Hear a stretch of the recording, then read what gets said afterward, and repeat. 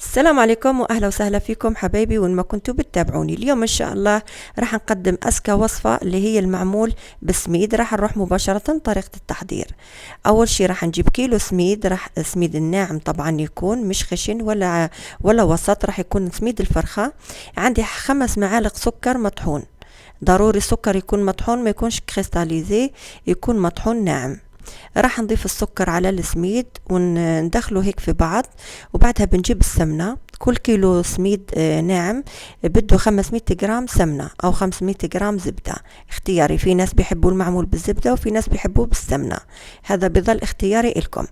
راح نخلي هيك السمنة مع السميد نغلغلها مليح مليح، نخلي السميد ينبس مليح. وسميد ضروري يعني ما نعملش المعمول في نفس اليوم، نخليه لتاني يوم، لازم ينقع سميد مليح والحبة تتفتح ويتشرب السمنة مليح، وبعدين بنشمخه، بنضيف له الإضافات التانية. الحين بعد ما بسيت هذاك السميد، شوفوا كيف لازم نبسه مليح ونحسه هيك الحبة. لما هيك نحطها في ايدي نحس حبة السميد اتماسكت معي. الحين طبعا راح نغطيه ونخليه لتاني يوم. راح نظبطه هيك من فوق ونغطيه. طبعا راح نغطيه ونخليه خلال 24 ساعة. لازم ينتقع قبل بيوم على اساس حبة السميد تتفتح مليح. بعدها بنروح نجهز الحشوة. انا عندي 300 جرام جوز، المرة هذه عملته بجوز، واللي حب يعمله بعجوة نفس الشي يعني عادي يحط العجوة. انا حبيته المرة هذه بالجوز. راح نحط 300 جرام جوز، نطحنهم بالشكل هذا ونحط لهم تقريبا من معلقتين حتى ل3 قطر، اللي هو العسيلة او القطر، يكون طبعا ثقيل. عندي معلقة صغيرة مركز الماء الزهر، او اذا عندكم ماء الزهر بتحطوا معلقتين. وراح نحطهم بالخلاط ونخليهم هيك لما هداك الجوز يتماسك معنا. شوفوا كيف بيصير هيك عجينة، هيو متماسك معنا. راح نوزن انا الوحدة 12 جرام 12 جرام ونخليهم بالشكل هذا. الحين راح نلفهم كلهم ونحطهم بالصحن وبعدين بنشتغل فيهم. بعدها بنروح هداك المعمول تاني يوم، حطيت له معلقة محلب كبيرة، 5 معالق حليب، وربع معلقة صغيرة خميرة فورية.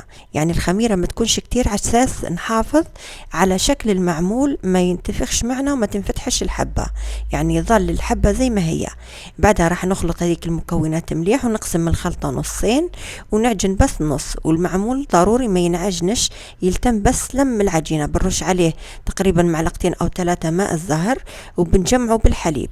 راح نحط حبة المعمول تقريبا على حسب المول اللي عندكم.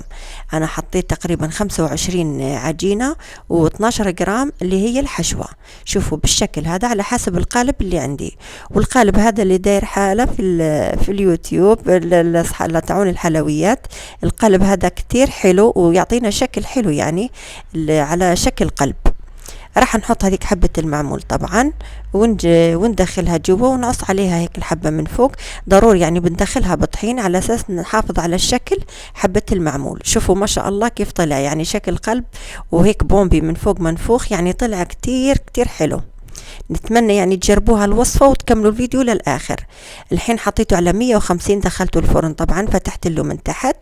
بعد ما يستوي من تحت هيك بصير لونه ذهبي، راح نفتح له طبعا من فوق بعد ما يتحمر. شوفوا ما شاء الله من بعد ما تحمر كيف، يعني ما نحمروش كتير لما ينحرق وما نخليهوش ينشف كتير. هذا هو اللون تاعه. راح طبعا نخليه يبرد ونرشه هيك رشة خفيفة بالسكر من فوق. وبعدها بنحطه كما نقولوا احنا في الجزائر في الكيسات في ورق التقديم ونزينه ونحطه. شوفوا كيف ما شاء الله طلع. والله أطيب معمولات بصراحة، خاصة المحبين المعمول بسميد، يعني وصفة ناجحة 100% إن شاء الله.